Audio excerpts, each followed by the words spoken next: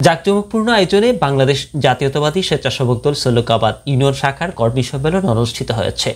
মঙ্গলবার বাগবীর বাজার এলাকায় সম্মেলনে প্রধান অতিথির বক্তব্য দেন বাংলাদেশ জাতীয়তাবাদী স্বেচ্ছাসেবক দল সুনামগঞ্জ জেলা আহ্বায়ক মোনাজ্জির হোসেন।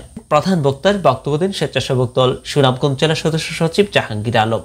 বিশম্বরপুর উপজেলা স্বেচ্ছাসেবক দল আহ্বায়ক মুক্তার মিয়া ভূঁইয়ার সভাপতিত্বে সদস্য সচিব রনেল তালুকদারের সঞ্চালনায় বক্তব্য দেন বিশম্বরপুর উপজেলা স্বেচ্ছাসেবক দলের সিনিয়র যুগ্ম আহ্বায়ক মিজানুর রহমান, যুগ্ম আহ্বায়ক সেলিম আহমদ, আলী হোসেন, সুজাউদ্দিন, ফজলুর রহমান, শামসুল আলম, ইসমাইল হোসেন। অন্যান্যের মধ্যে বক্তব্য রাখেন মোহাম্মদ কাশেম, নূর উদ্দিন, মোক্তার হোসেন, দিন ইসলাম, আমির হোসেন, তহুর আলী। এ সময় অন্যান্য নেতৃবৃন্দ উপস্থিত ছিলেন। প্রত্যেকটি ইউনিয়নে কর্মী সভার মাধ্যমে নবগঠিত আহ্বায়ক কমিটি গঠন করা হবে। সেই কমিটি হবে 31 সদস্য কমিটি।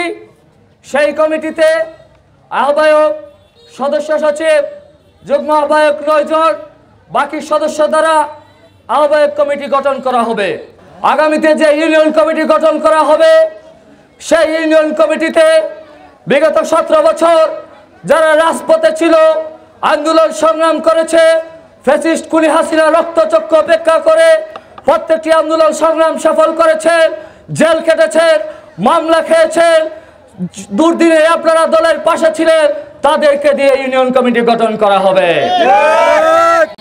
আমি উপজেলার নেতৃবৃন্দদেরকে বলতে চাই, আপনারা ইউনিয়ন কমিটি গঠন করবেন।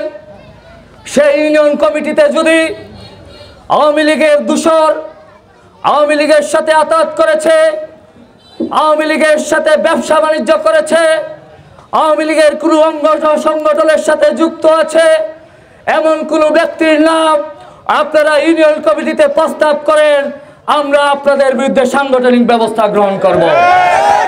সংগ্রামী উপস্থিতি, আজকে এই সুলুকাবাদ ইউনিয়ন প্রমাণ করেছে স্বেচ্ছাসেবক দলের ঘাঁটি। এই আওয়ামী সরকারের যত ষড়যন্ত্র আছে, আমরা এই স্বেচ্ছাসেবক দল এই ষড়যন্ত্রকে আমরা মোকাবেলা করব, কারণ তার প্রমাণ আজ সুলুকাবাদ ইউনিয়নবাসী দিয়েছেন। যারা বিগত 16 বছর দলে আন্দোলন সংগ্রাম করেছে, যাদের এই সংগঠনে টেক আছে, শরীরে গাম জড়িয়েছে, দুঃসময়ে যারা দলের হাল ধরেছে, আমরা এই সঠিক ব্যক্তিদেরকে এই স্বেচ্ছাসেবক দলে আমরা স্থান দেব। যারা প্রার্থী হয়েছেন তাদেরকে আমাদের এই কমিটির কাছে আমি অনুরোধ করবো, সুনামগঞ্জ জেলা কমিটির কাছে অনুরোধ করবো, যারা ত্যাগী এবং কারাবরণকারী নেতা তাদেরকে দেখে শুনে বুঝে তাদেরকে কমিটি উপহার দেওয়ার জন্য।